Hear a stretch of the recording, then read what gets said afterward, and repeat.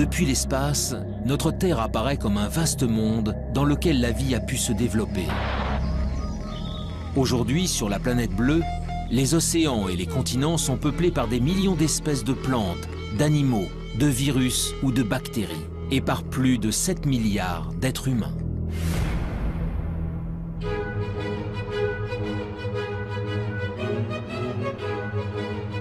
Mais dans l'immensité de l'univers, notre Terre n'est rien d'autre qu'un minuscule confetti.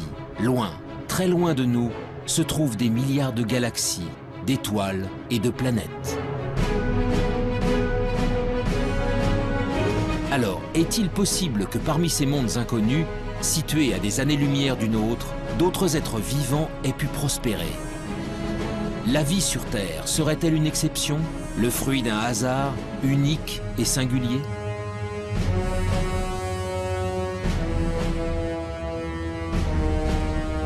Depuis des décennies, astronomes et biologistes scrutent le ciel à la recherche du moindre signe de vie extraterrestre. Ils pointent leurs télescopes vers les confins de l'espace pour détecter des planètes sœurs de la Terre où des formes de vie auraient pu se développer.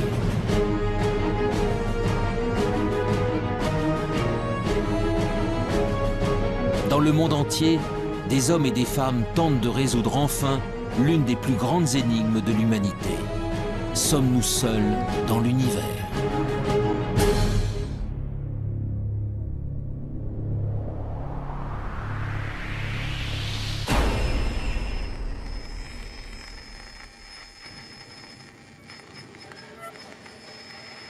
L'existence de la vie ailleurs que sur la Terre alimente depuis longtemps les mythes et les légendes. OVNI, extraterrestres, martiens. Les auteurs de science-fiction ou les témoins d'événements anormaux véhiculent cette idée qu'un jour, une rencontre avec des êtres venus d'une autre planète est possible. Pour découvrir si cette idée relève du fantasme ou de la réalité, c'est l'univers tout entier qu'il faudrait parvenir à explorer. Mais les énigmes qui l'entourent sont nombreuses. Créé lors du Big Bang il y a environ 13,5 milliards d'années, il est tellement vaste que nous n'en connaissons même pas les dimensions. À l'intérieur se trouveraient des centaines de milliards de galaxies, et dans ces galaxies, des centaines de milliards d'étoiles. Notre Soleil et les 8 planètes qui gravitent autour ne sont donc que quelques grains de poussière dans le cosmos. Alors, où commencer cette quête de la vie ailleurs? Dans quelle direction regarder? Et que chercher?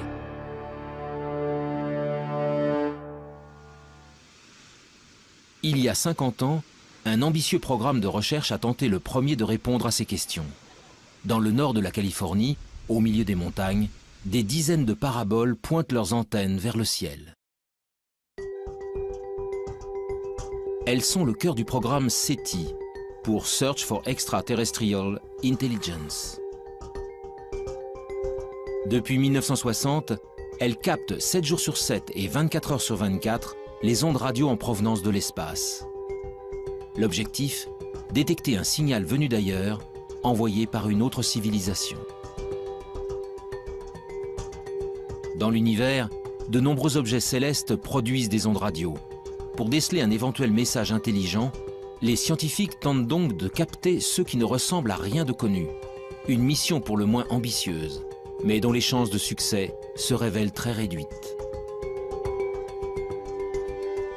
Au début, ça a enthousiasmé l'agence spatiale américaine qui a commencé à mettre des télescopes un peu partout. On a Arecibo, puis des champs de télescopes pour essayer de scruter le ciel. Et puis, on s'est aperçu, avec l'augmentation des connaissances, que c'était vraiment un pari comme la loterie. Tout le monde espère gagner, mais il n'y a qu'un gros lot. Là, on ne sait même pas s'il y a un gros lot. Les recherches menées par le programme SETI ont en effet une limite de taille. L'hypothèse de départ est que si elle existe, une civilisation intelligente utiliserait des ondes radio pour communiquer. Or, pour de nombreux scientifiques, cette probabilité est extrêmement faible.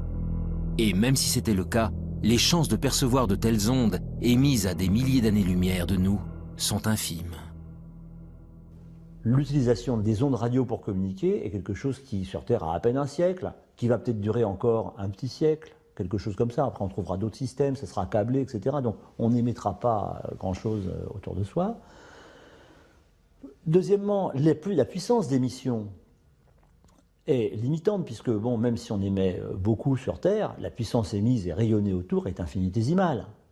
Et elle s'affaiblit par rapport progressivement avec la distance.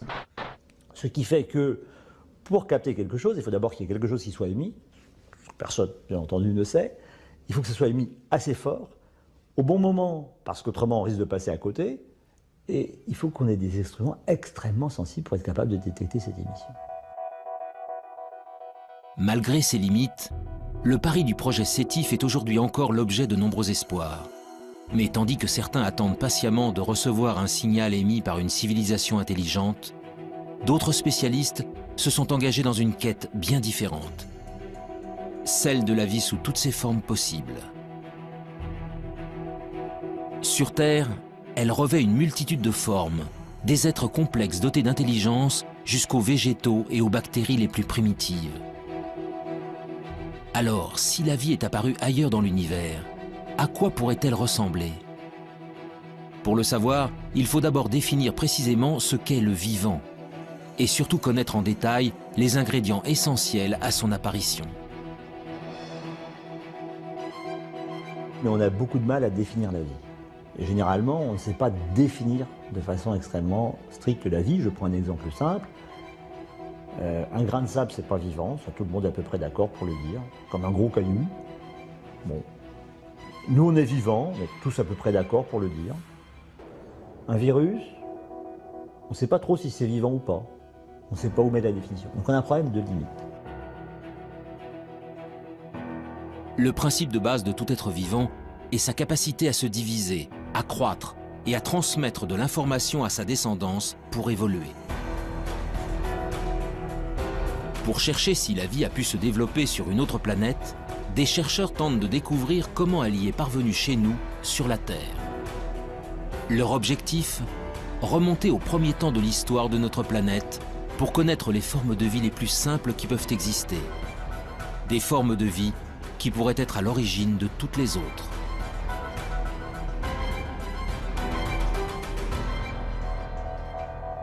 Nous sommes au Centre de biophysique moléculaire d'Orléans. Ici, la géologue Frances Westall et son équipe étudient d'étranges cailloux, des roches d'origine volcanique, vieilles de plusieurs milliards d'années.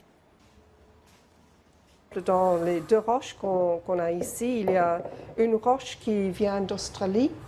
Elle est vieille de 3,5 milliards d'années et ce sont des cendres volcaniques qui ont été déposées en effet sur une plage. Cette roche-là, qui est très très lourde, vient d'Afrique du Sud. Elle est presque aussi vieille, 3,3 milliards d'années. Cette roche aussi, vous voyez, est laminée. Les laminations vert et noir, ce sont des laminations de sédiments, différents types de sédiments. Le vert, ce sont les sédiments volcaniques, les grains volcaniques, les sables volcaniques. Et le noir, ce sont des concentrations de carbone, souvent liées à des tapis microbiens qui se sont formés à la surface des sédiments. Donc là, on ne voit absolument rien, mais je sais que ces roches sont bourrées de traces de vie. Des traces de vie. En d'autres termes, des micro-organismes primitifs et ancestraux. Voilà donc ce que contiendraient ces roches venues d'un autre âge. Sous l'œil d'un puissant microscope électronique, le tapis de microbes fossilisés se révèle dans ses moindres détails.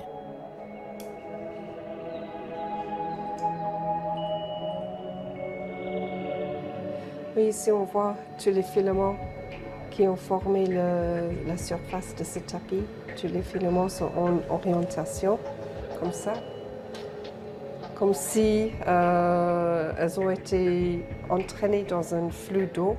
Il s'est formé sur la plage, dans une petite ruisseau qui sortait d'une source hydrothermale. Et en effet, c'est l'écoulement de ces fluides riches en silice de la source hydrothermale qui a tué le tapis et l'a fossilisé.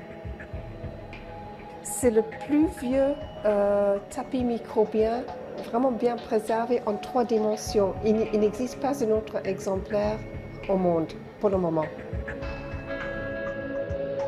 Ces bactéries filamenteuses de quelques micromètres de long sont donc les êtres vivants les plus primitifs jamais découverts. Des organismes simples, à partir desquels ont peut-être évolué les millions d'espèces qui peuplent aujourd'hui la Terre. Ailleurs dans l'univers, c'est aussi à ça que pourrait ressembler la vie. Mais pour espérer la découvrir, il faut répondre à une autre question essentielle. Comment ces microbes sont-ils apparus il y a 3,5 milliards d'années? En d'autres termes, comment, sur Terre, sommes-nous passés de matériaux inertes à des êtres animés d'un souffle de vie? On n'a pas la réponse sur Terre. Et je ne suis pas sûr qu'on puisse la trouver un jour sur Terre. Bien sûr, on la cherche. On cherche surtout à dire, est-ce qu'on a des chances de la trouver? Par des expériences de chimie de laboratoire ou par de la géologie en allant plus loin. Mais là, il y a un trou. Et donc ce trou-là, l'apparition de la vie, le passage de l'inerte au vivant, actuellement, on ne sait pas y répondre. Et c'est tout le thème de la recherche de l'exobiologie et de l'origine de la vie. L'instant décisif où la vie a fait son apparition pour la toute première fois restera longtemps encore un mystère. Mais depuis plusieurs décennies, les biologistes ont malgré tout avancé à pas de géant dans leur compréhension de l'émergence du vivant. Tout a commencé en 1953, avec une expérience inédite réalisée par Stanley Miller, un jeune chimiste de l'Université de Chicago. Stanley Miller a fait une expérience. Il a dit, je vais prendre des ingrédients, comme si c'était de l'atmosphère primitive, et puis je vais faire des décharges électriques dedans, et je vais voir ce qui se produit. Et c'est comme ça qu'il a fait une des premières démonstrations, et la première démonstration historique, qu'à partir d'éléments simples, le gaz carbonique, CO2, l'eau, H2O, l'ammoniac, NH3, ou l'azote, N2, donc des éléments simples, communs, etc., avec des éclairs électriques, en refroidissant, on était capable de produire des molécules comme celles qui fabriquent la vie telle que nous la connaissons, des acides aminés. Les acides aminés sont considérés comme les briques du vivant, des éléments primordiaux à la base de chaque organisme, du plus simple au plus complexe. Sur Terre, ils sont au nombre de 20. En s'assemblant les uns aux autres, ils forment les protéines, de longues molécules qui composent les cellules et assurent toutes les fonctions de l'organisme. Pour la première fois, Stanley Miller démontre que ces molécules peuvent se former spontanément à partir d'éléments simples. Du carbone, de l'hydrogène, de l'oxygène, de l'azote, du phosphore, du soufre. Des atomes présents partout à la surface de la Terre et qui réagissent entre eux lorsqu'ils sont soumis à un intense apport d'énergie. Il y a plus de 4 milliards d'années, les prémices de la vie sur notre planète seraient donc sans doute apparues ainsi. Mais alors, ce même phénomène a-t-il pu se produire ailleurs dans l'univers? D'autres astres ont-ils un jour été le siège de telles réactions chimiques? Le 28 septembre 1969, une météorite s'écrase dans le sud de l'Australie. Baptisée météorite de Murchison, du nom du village voisin, ce caillou tombé du ciel va révolutionner notre conception des origines de la vie. Dans la météorite de Murchison, on a trouvé 70 acides aminés différents. Donc ils ne sont pas terrestres. Ils ont été produits chimiquement quelque part. Des acides aminés semblent donc pouvoir être fabriqués ailleurs que sur Terre. Pour découvrir où dans l'univers de telles réactions chimiques auraient pu se produire, direction la région parisienne, au sein du prestigieux Institut d'astrophysique spatiale.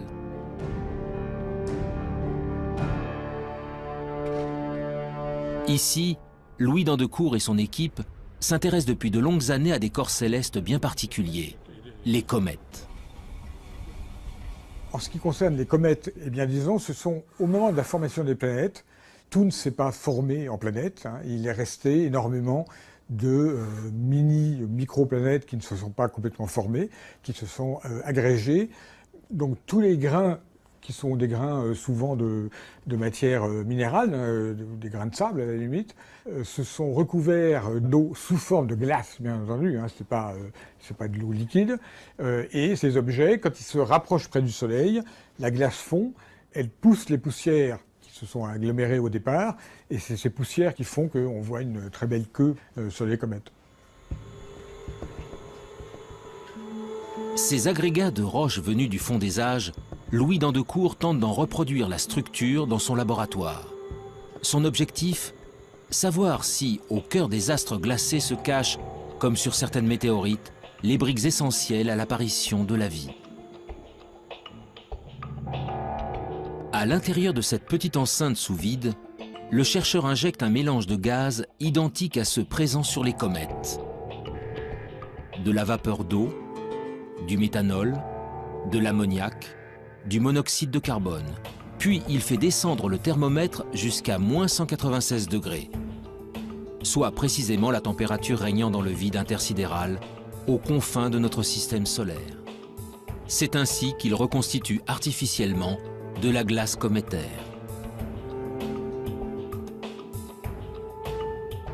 Pendant 2 semaines, le mélange est bombardé par des rayons UV.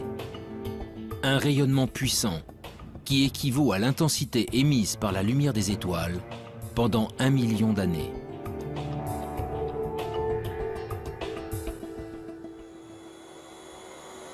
En fait, on est dans la même configuration qu'il y a 2 semaines. On a arrêté la lampe qui produit les photons et on est prêt maintenant à sortir l'échantillon qui se trouve toujours dans le cryostat. Sous l'effet de cet apport d'énergie, les glaces subissent d'intenses transformations chimiques. Après analyse, les échantillons révèlent alors la présence d'acides aminés. On a en fait une sorte d'extension de l'expérience de Miller à des systèmes solaires entiers, si vous voulez, d'une certaine manière. Eh bien, c'est quand même un très gros encouragement parce qu'on pourrait généraliser l'expérience de Miller à d'autres systèmes stellaires qu'on observe, en fait. On fait une expérience de Miller qui est valide à l'échelle cosmique. Les acides aminés, les briques fondamentales du vivant, se formeraient donc spontanément au cœur des comètes. Il y a bien longtemps, c'est peut-être même grâce à ces corps célestes que les premiers d'entre eux sont arrivés sur notre planète. Selon certains spécialistes, la vie sur Terre pourrait ainsi avoir une origine extraterrestre, une origine cométaire. Cette découverte est un grand pas dans la recherche de la vie ailleurs, car si les comètes ont pu ensemencer la Terre, elles ont peut-être également apporté des acides aminés sur d'autres planètes. Les premiers ingrédients indispensables à la vie pourraient donc se trouver n'importe où dans l'univers. Mais malgré tout, la présence d'acides aminés n'est pas forcément synonyme de vie. Alors les acides aminés sont encore des molécules un peu simples. Et quand vous prenez les acides aminés et que vous les raboutez bout à bout, si vous en mettez plusieurs centaines, vous commencez à avoir des petites protéines. Donc on peut essayer de comprendre ce qui se passe pour fabriquer des molécules de plus en plus complexes, molécules qui seraient capables de s'auto-reproduire à un moment, ce qu'on appelle de l'autoréplication, et puis finalement de s'auto-organiser et donc de créer par exemple des longues chaînes moléculaires qui sont à la base du vivant.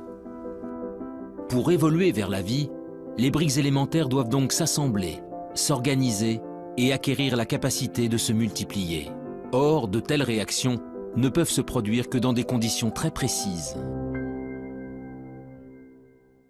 Les conditions d'apparition de la vie, il faut les ingrédients de base, donc carbone, hydrogène, oxygène, azote, phosphore, soufre, et encore toute une ribambelle de produits dans très petites quantités. Il faut un milieu dans lequel cela puisse se produire. En clair, c'est la chimie dans un milieu liquide, et le milieu liquide naturel, c'est l'eau. Donc il faut qu'il y ait de l'eau. Et pour que ces réactions puissent se produire et s'entretenir, il faut qu'il y ait des sources d'énergie. C'est de la chaleur, des éclairs, qui transmettent de l'énergie à des nouvelles molécules. Ils sont capables donc de générer des nouvelles molécules de plus en plus complexes. De l'eau, de l'énergie, et des ingrédients de base capables de former des molécules complexes comme les acides aminés. Voilà donc les éléments essentiels à l'émergence du vivant. Grâce aux comètes, les acides aminés peuvent potentiellement se trouver sur n'importe quel astre rocheux. Le Soleil et les milliards d'étoiles de l'univers apportent quant à eux de l'énergie en grande quantité à toutes les planètes. L'eau, en revanche, l'eau sous forme liquide, est une ressource extrêmement rare. Partir en quête de la vie extraterrestre revient donc à chercher les endroits où de l'eau pourrait exister. Des endroits que les scientifiques ont baptisés les zones d'habitabilité. Où est-ce qu'on peut trouver ça? Dans quelle région autour d'un soleil on peut trouver ces conditions? Alors, pour simplifier, la zone habitable, c'est si je prenais la Terre et que je sois capable de la déplacer plus ou moins près de son soleil, il y a un moment où ça va chauffer beaucoup quand je m'en rapproche, hein, il y aura une telle chaleur en surface que l'eau ne pourra exister que sous forme de vapeur. Il n'y aura plus de liquide. Si je m'éloigne, eh ben, il va faire de plus en plus froid parce que je reçois de moins en moins d'énergie. Toute l'eau va se condenser, va devenir glacée. Donc je sortirai de la zone habitable. Donc ça me définit une zone habitable. Pour que de l'eau liquide subsiste à la surface d'une planète, celle-ci doit donc se trouver à la bonne distance de son étoile, ni trop loin, ni trop près. Dans notre système solaire, seule la Terre se trouve au cœur de la zone d'habitabilité. Mais pour de nombreux spécialistes, l'une de nos voisines pourrait, elle aussi, avoir abrité de l'eau dans le passé. Il s'agit de la planète Mars.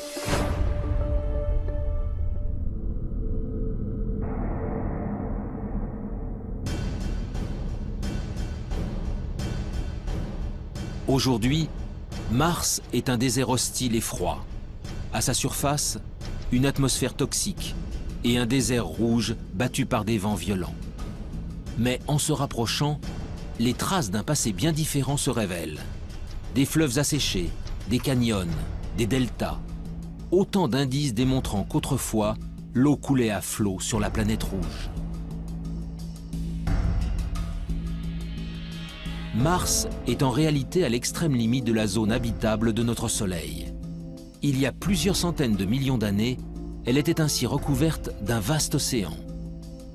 Alors, cette eau aurait-elle permis à une vie extraterrestre de s'y développer?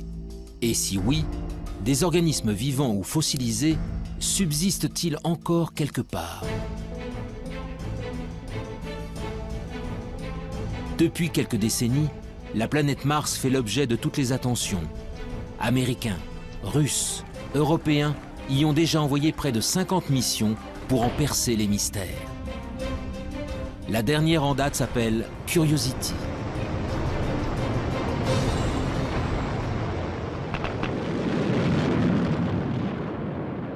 Curiosity, donc c'est un véhicule important, 900 kg, une bonne quinzaine d'instruments dessus pour faire des observations, des analyses, des mesures de climat, etc. Donc c'est un engin extrêmement complexe.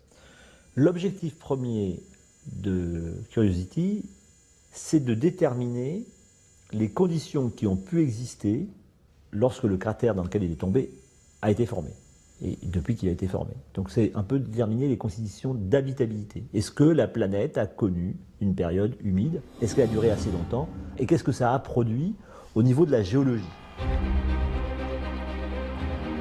Le rover Curiosity est commandé à distance par des équipes de la NASA en Californie. Mais en France, toutes les nuits, des scientifiques travaillent en temps réel avec leurs homologues américains. Nous sommes au Centre national d'études spatiales de Toulouse. Éric Lorigny est le responsable du FIMOC, le French Instrument Mars Operations Center. Dans la salle de contrôle, vaste cœur opérationnel, il dirige avec son équipe le fonctionnement de 2 instruments embarqués sur Curiosity. Leurs noms, SAM et ChemCam.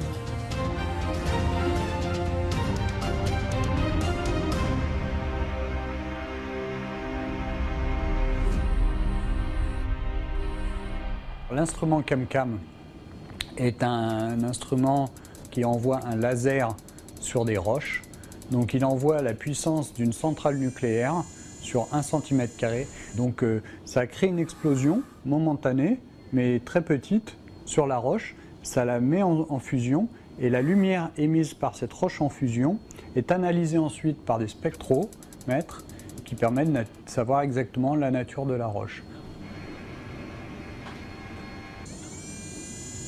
L'instrument SAM, il analyse, donc il récupère des échantillons et il peut analyser soit de l'atmosphère, soit des échantillons solides et après déterminer là très finement la nature exacte de ce qu'il y a à l'intérieur de ces roches ou de cette atmosphère.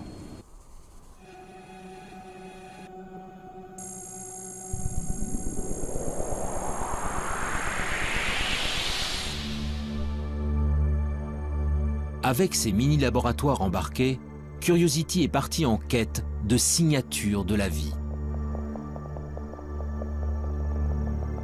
Très vite, ses premières analyses confirment que de l'eau a bel et bien coulé autrefois à la surface de la planète rouge. Mais pour naître et pour se développer, la vie a besoin de millions d'années. Alors, le précieux liquide est-il resté suffisamment longtemps? Pour le savoir, Curiosity a déployé son bras robotisé pour creuser le sol martien. Nous avons fait 2 forages à l'intérieur de la planète Mars. Donc ce sont des trous de 6 cm à peu près de profondeur et qui font le diamètre d'une pièce de 1 centime. Voilà. Et ces 2 forages que nous avons faits nous ont permis de découvrir de l'argile et de l'argile dans un milieu sans oxygène où la vie pourrait naître. L'argile est le fruit d'une longue dégradation de la roche par de l'eau. Sa présence est donc la preuve irréfutable que l'eau liquide a existé pendant longtemps sur le sol martien. Mais si la vie est un jour apparue sur la planète rouge, il est impossible qu'elle subsiste aujourd'hui en surface. Car Mars est en permanence soumise aux rayons cosmiques venus de l'espace. Des rayons puissants qui détruisent instantanément toute molécule organique. Le seul espoir viendrait donc des profondeurs de la roche.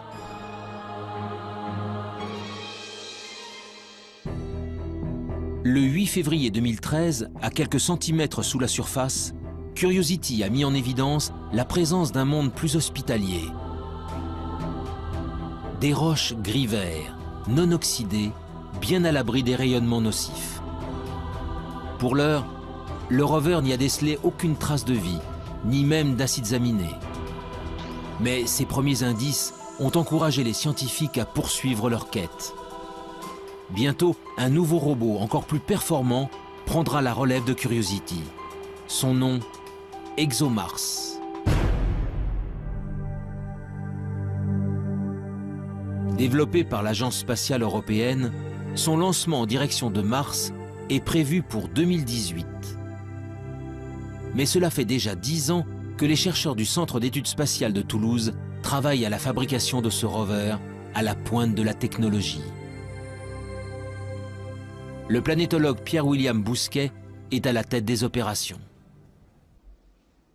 On considère que la vie, si elle existe encore dans le sous-sol, doit être au moins enfouie à 1 mètre, 1 mètre 50.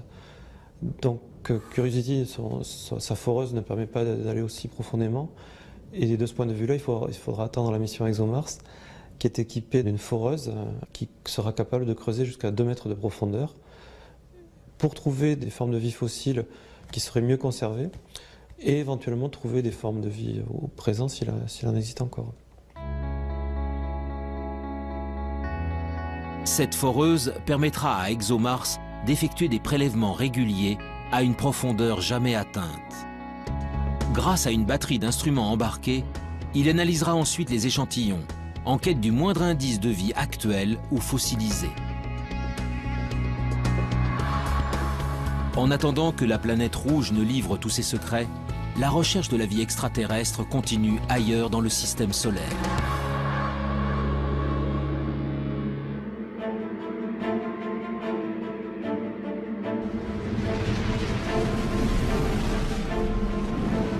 Au-delà de Mars, les planètes rocheuses cèdent la place aux géantes gazeuses. À plus de 800 millions de kilomètres de la Terre, Jupiter et Saturne sont les planètes les plus imposantes du système solaire. Composés principalement d'hélium et d'hydrogène, leur surface n'est autre qu'un vaste océan de gaz. Autour d'elle gravitent de très nombreux satellites naturels, des astres rocheux qui attirent l'attention des exobiologistes depuis de longues années. Nous sommes au laboratoire de planétologie et géodynamique de Nantes. Ici, depuis plus de 10 ans, le planétologue Olivier Grasset et son équipe tentent de percer les secrets des satellites des géantes gazeuses. Pendant longtemps, c'est-à-dire avant les missions Voyager, on a toujours considéré que l'environnement externe, c'est-à-dire le monde au-delà de Jupiter, est un environnement très froid, ce qui est vrai.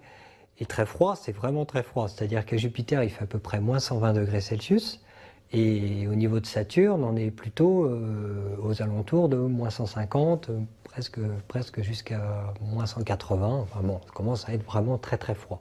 Et il est bien entendu que l'eau n'existe pas sous forme liquide. À la surface des lunes, au niveau des planètes, il n'y a pas d'eau liquide disponible comme on l'imagine sur Terre. Mais ce qui est vrai en surface n'est pas vrai en profondeur. Loin, bien loin du Soleil, les satellites des géantes gazeuses sont pour la plupart recouverts d'une épaisse couche de glace. Mais en 1979, la sonde Voyager 1 découvre Europe, la 6e lune de Jupiter. Les clichés révèlent alors une surface extrêmement lisse, la plus lisse de tout le système solaire, parcourue par de mystérieuses lignes sombres. 15 ans plus tard, la mission américaine Galileo livre des photos en haute résolution et vient approfondir ses observations. Une façon assez simple de l'expliquer, c'est quand on a des poches liquides en dessous. C'est beaucoup plus difficile à expliquer si on n'a que du solide en dessous. Il y a aussi des très grandes fractures, plusieurs milliers de kilomètres à la surface. Et ces fractures, en fait, on a pu voir qu'elles n'étaient pas faites de glace pure, mais qu'elles étaient faites avec un mélange de glace et de sel. Donc ça, c'est évidemment quelque chose qui très rapidement nous a fait penser, en dessous, il y a peut-être un océan liquide avec des sels, un océan salé. Parce que si à un moment je casse la croûte, l'océan salé remonte et puis ce qui va me rester, c'est cette signature de sel le long des lignes. En 1997, la mission Cassini s'envole à son tour pour explorer le système de Saturne. Et là encore, une lune au comportement exceptionnel va mettre en émoi la communauté scientifique. Son nom, Encelade. Jusqu'à la mission Cassini, Encelade est une lune parmi tant d'autres. Jusqu'au jour où Cassini survole la Lune et se rend compte qu'il y a un geyser, alors là un geyser géant, qui existe au niveau du pôle sud et qui évacue en permanence de l'eau liquide dans l'espace. Et Cassini est passé au travers de ce geyser et a démontré que c'était bien de l'eau, enfin qu'il y avait d'autres constituants, mais principalement de l'eau, ce qui nous a permis d'affirmer qu'il y avait une poche liquide sous la glace au niveau du pôle sud. Encelade, tout comme Europe, mais aussi d'autres lunes appelées Callisto et Ganymède, posséderaient donc de profonds océans.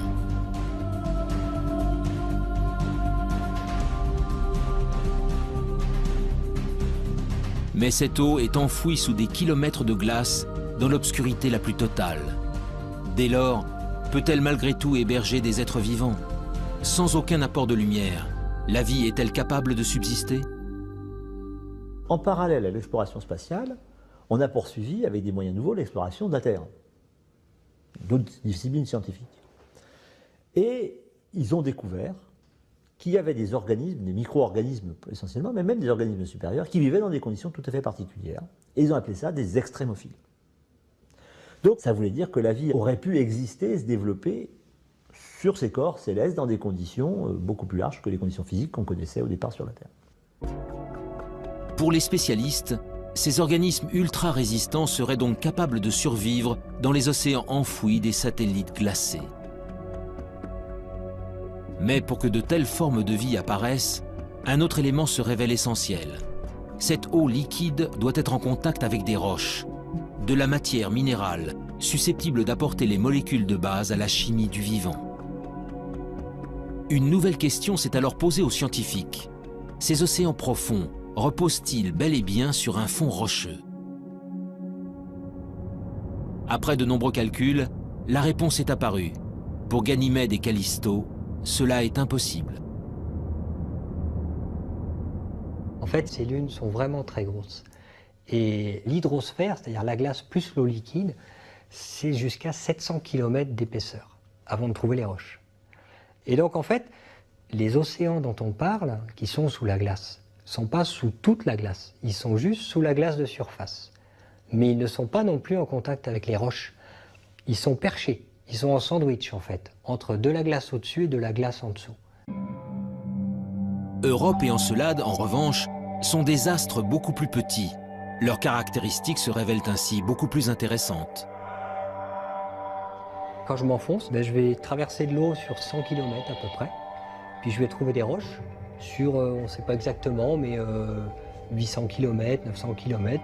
Alors ces 100 km d'eau sont en fait à séparer en deux entités. Il y a la croûte de glace, parce qu'il fait extrêmement froid en surface, donc forcément il y a de la glace. Et puis, quelques kilomètres en dessous, ou quelques dizaines de kilomètres en dessous, on va trouver de l'eau liquide. Cette eau liquide, elle, va être en contact avec les roches. Sur Europe et Encelade, tous les ingrédients semblent réunis pour que la vie puisse se développer. Alors, allons-nous un jour découvrir des êtres vivants dans les entrailles de ces lunes gelées? Des micro-organismes identiques à ceux présents sur Terre, au fin fond des océans?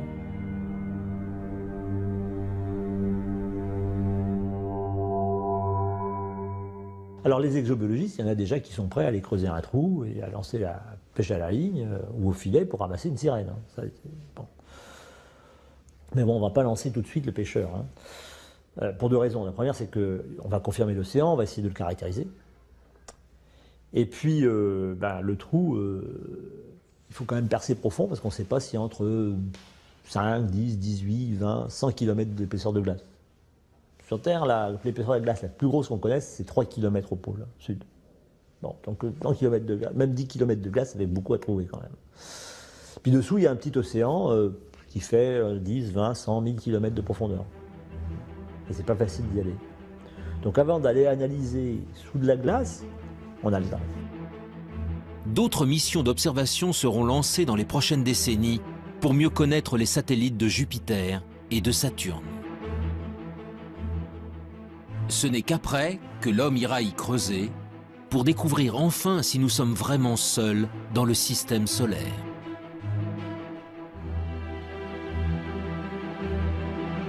Mais la quête de la vie ailleurs ne s'arrête pas aux astres tournant autour du Soleil. Bien au-delà de Pluton, à des années-lumière de la Terre, il existe des milliards d'autres soleils, entourés de milliards de planètes. Parmi elles, il existe peut-être une sœur jumelle de la Terre, une planète rocheuse située exactement à la bonne distance de son étoile. Un monde habitable où des êtres vivants pourraient prospérer. Mais comment le savoir? Par quels moyens peut-on détecter des astres aussi lointains, ce que l'on appelle des exoplanètes? Les exoplanètes, on ne va pas aller les visiter. Hein. Elles sont à peu près la plus proche des exoplanètes, elle est au moins à 4 ou 5 années-lumière. Donc avec les systèmes actuels, pour y aller, c'est entre 500 et 5000 ans. Bon. Donc au-delà, même ça, c'est pas envisageable. Une mission en 400 ans, c'est pas prévoir actuellement. Dans les budgets, c'est pas prévu.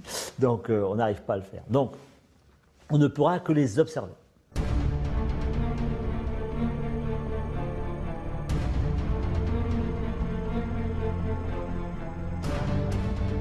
Depuis plus de 10 ans, les astronomes du monde entier pointent donc leurs télescopes vers les confins de la galaxie.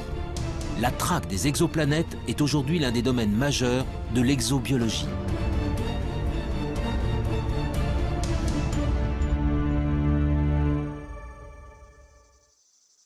Dans le sud de la France, à l'Observatoire de Haute-Provence, Rodrigo Diaz et son équipe s'apprêtent à passer une nuit entière à observer les étoiles. Donc là, on vient de commencer à observer une étoile sur laquelle on soupçonne qu'il y a des compagnons planétaires. C'est une étoile assez proche, qui a à peine 25 années-lumière de la Terre. La recherche d'exoplanètes est un travail de longue haleine. À de telles distances, noyées dans le halo de lumière émis par leur étoile, elles sont en effet parfaitement invisibles. Elles ne peuvent donc être détectées que de manière indirecte.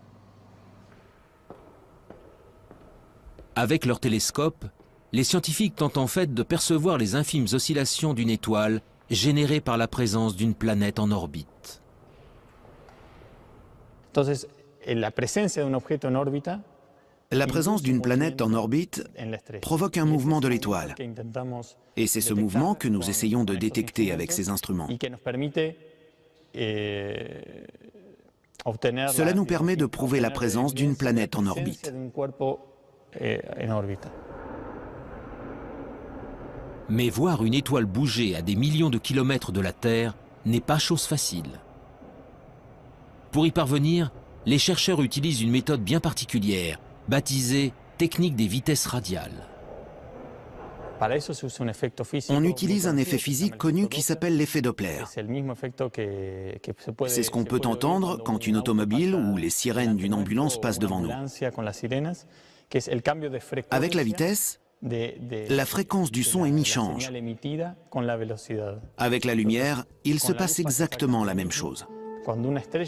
Quand une étoile bouge vers nous ou s'éloigne de nous, la lumière qu'elle émet se décale respectivement vers le bleu ou le rouge. Au fil des jours, une étoile entourée d'une exoplanète va donc successivement apparaître bleue, puis rouge, sur les écrans d'ordinateur. En multipliant les mesures sur une longue période, les astronomes peuvent alors calculer la vitesse de rotation et même la masse de la planète détectée. Mais toutes ces informations ne permettent pas de répondre à la question essentielle. L'exoplanète est-elle similaire à la Terre? En d'autres termes, s'agit-il d'une planète rocheuse dont l'orbite se trouve dans la zone d'habitabilité de son étoile?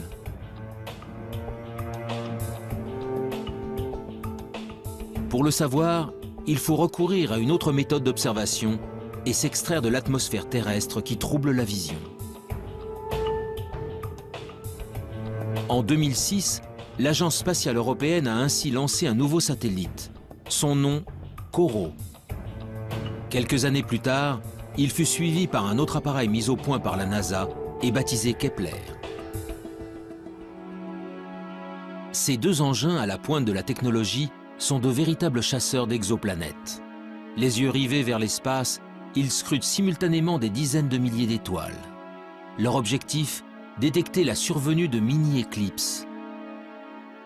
Des éclipses causées par le passage d'une planète juste devant son étoile, que les scientifiques appellent des transits.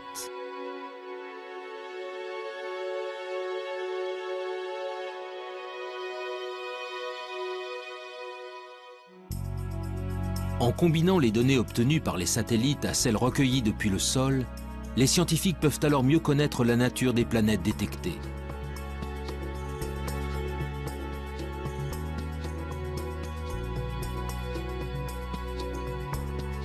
Et après seulement 20 années de recherche à l'échelle internationale, la moisson se révèle spectaculaire.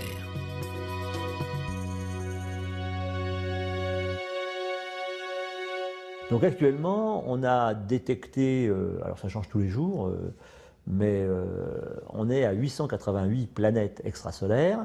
Et puis, je pense que dans les cartons de COROT, il y a encore 400 planètes qui doivent être à peu près déterminées. On soupçonne qu'elles existent, mais elles ne sont pas formellement démontrées. Et pour Kepler, on doit être autour de 1500 planètes dont on attend de pouvoir confirmer, parce qu'il faut différentes méthodes pour confirmer. La plupart sont des planètes gazeuses qui font 3, 4, 5, 10 fois la masse de Jupiter. Jupiter, c'est 300 fois la masse de la Terre. Hein, donc. Par la méthode des transits et par d'autres méthodes, on a réussi à détecter des planètes qui font à peu près 10 fois la masse terrestre. Donc on a découvert des planètes qui étaient telluriques, rocheuses. Parmi la multitude d'astres décelés, une douzaine de planètes rocheuses suscitent un intérêt tout particulier. Gliese 581G, Kepler 62e, HD 40307G. Derrière ces noms presque imprononçables, se cachent des planètes situées selon toute vraisemblance au cœur de la zone d'habitabilité de leur étoile. Aux confins de la galaxie, ces cousines de la Terre possèdent donc peut-être une atmosphère, un océan d'eau liquide et tous les ingrédients nécessaires à la vie.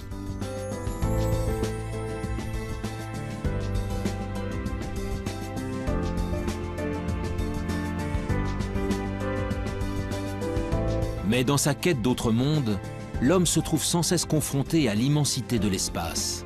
En effet, comment savoir si l'une d'elles héberge effectivement des êtres vivants? Comment détecter une forme de vie à sa surface, à des dizaines d'années-lumière de distance? Ces questions trouveront peut-être un jour des réponses grâce à une nouvelle génération d'instruments.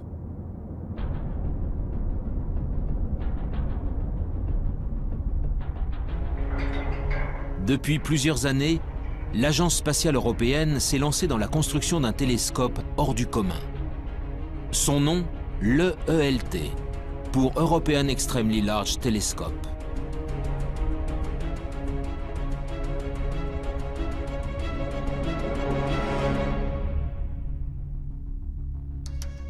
Avec son miroir de 39 mètres de diamètre, il sera 10 fois plus sensible que les télescopes actuels. Sa mise en service n'est pas prévue avant 2020. En attendant, les scientifiques européens s'activent pour construire et assembler chacun des 800 segments qui composeront le gigantesque miroir.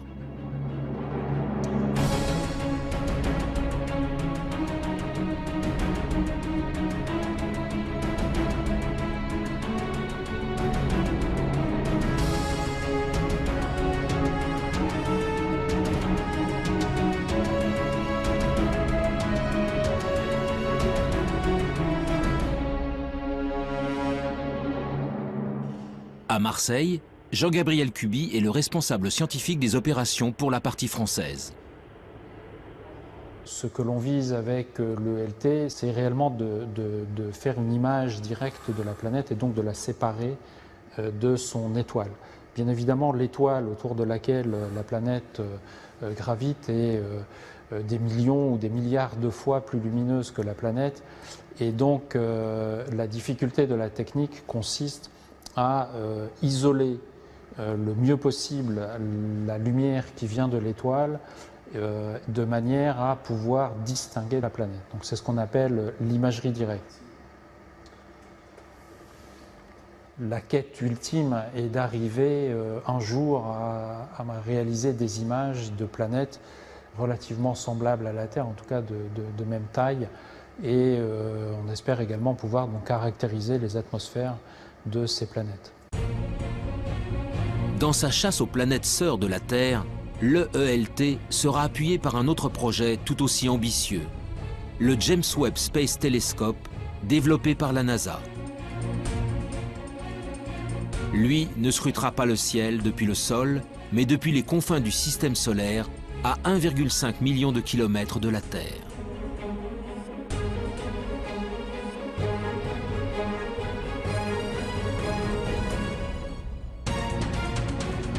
Son lancement n'aura pas lieu avant 2018. Mais déjà, les spécialistes s'enthousiasment devant le pouvoir offert par ce géant du ciel. C'est notamment le cas de Pierre-Olivier Lagage, responsable du service d'astrophysique du commissariat à l'énergie atomique. Grâce à un grand télescope, on peut aller voir ce qui se passe vraiment tout près d'étoiles dans son proche environnement, notamment regarder leur atmosphère, voir quelle est la composition chimique. On pourra même voir s'il y a des vents dans ces atmosphères d'exoplanètes. Alors évidemment, on commencera par les plus grosses, les géantes, plus faciles à observer, mais aussi on essaiera d'observer les atmosphères de super-Terre, et si jamais on a de la chance, eh bien, on cherchera des signatures biologiques dans ces atmosphères, type ozone, oxygène. Les signatures biologiques sont des gaz ne pouvant être produits que par des êtres vivants.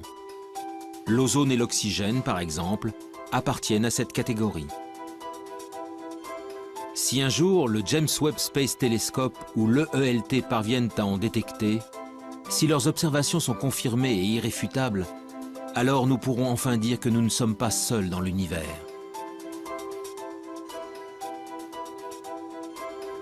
Mon intime conviction est que la vie, il n'y a pas de raison qu'elle n'existe pas ou qu'elle n'ait pas existé ailleurs. Les mêmes ingrédients existent partout, on trouve des acides aminés, des molécules dans les nuages interstellaires partout, etc. Donc il n'y a pas de raison, il y a des planètes dans tous les coins de la galaxie, il y a des milliards de galaxies, il n'y a pas de raison qu'elle n'existe pas quelque part. Je crois qu'il y a beaucoup de possibilités et qu'une réponse au moins préliminaire à cette question, à la question de savoir si nous sommes seuls dans l'univers, peut être donnée dans un temps relativement court, c'est-à-dire 20 ou 30 ans. Un des problèmes majeurs sur lesquels on va tomber dans les 20 prochaines années, après la science évoluera d'elle-même, je veux dire, mais c'est quand même la possibilité de reconnaître de la vie. Et ça, c'est vraiment très difficile, parce que rien ne dit qu'on soit capable de reconnaître une vie qui soit trop différente de la nôtre. Après, bon, si on trouve des êtres communicants, ça sera une autre histoire, évidemment. Mais je ne pense pas qu'on les trouvera, ceux-là. Si on les trouve, c'est qu'ils seront venus à nous. Ils seraient venus à nous. Après des décennies de recherche, la quête de la vie ailleurs est encore loin d'être terminée. Animés par leurs convictions sans faille, les scientifiques continuent de scruter le ciel, encore et encore. Un jour, quelque part dans l'immensité de l'espace, d'autres êtres vivants seront peut-être enfin découverts. Si cela arrive, la Terre, notre Terre, ne serait alors plus un joyau solitaire, mais une planète parmi d'autres abritant la vie dans l'univers.